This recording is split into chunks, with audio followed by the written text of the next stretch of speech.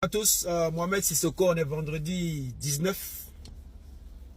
Voilà, 19 août 2023. Cette vidéo, en fait, c'est une vidéo conseil et puis leçon tirée d'une situation.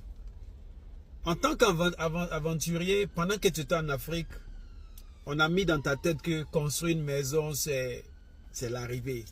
C'est-à-dire pour... En fait, même en tant qu'Africain, si tu n'as pas une maison, on trouve que tu n'as pas réussi. Alors que... Avec le temps, tu te rends compte que construire une maison, c'est bien. Surtout si tu as l'aventure. Mais construire une maison intelligemment, c'est encore mieux.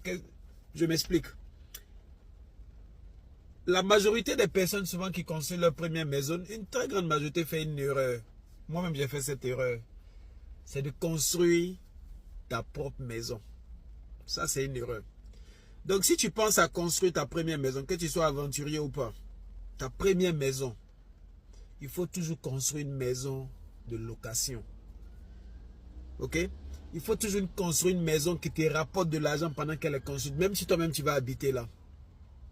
Parce que si tu construis une maison personnelle comme première maison, elle va te faire dépenser. Alors que si tu as fait un truc d'abord, peut-être plusieurs unités, peut-être une cour commune ou un bâtiment en hauteur par exemple, tu peux habiter dans une unité et puis mettre les autres en location et puis la location des autres vont payer toi-même tes dépenses. C'est ce qui est plus intelligent. Et puis après, tu peux maintenant passer à un truc personnel lorsque vraiment tu auras accumulé beaucoup d'argent. Mais le conseil que je vais te donner, c'est que ta première construction ne doit pas être une construction personnelle. Surtout si tu as l'aventure. Parce que si tu as l'aventure, combien de fois même tu auras la chance d'aller au pays? Peut-être si tu es fréquent, tu vas aller une fois et tu vas faire maximum 1 mois. Et puis la maison reste fermée. Donc ta première maison, s'il te plaît, pense plutôt à quelque chose que tu peux faire qui peut te rapporter l'argent en même temps que ça peut être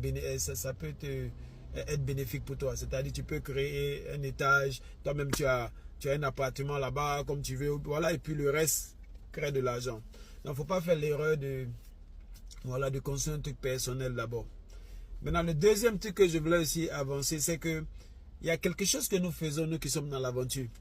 On a tendance parfois au pays, quand on construit nos maisons, on construit des maisons luxueuses. Parce qu'on on veut bien vivre. Mais la question que je me pose, pourquoi si on est en mesure de construire des maisons luxueuses comme ça en Afrique, pourquoi quand on est là-bas on vit bien? Pourquoi pendant qu'on vit ici, nos maisons où on habite, pourquoi on ne fait pas la même chose?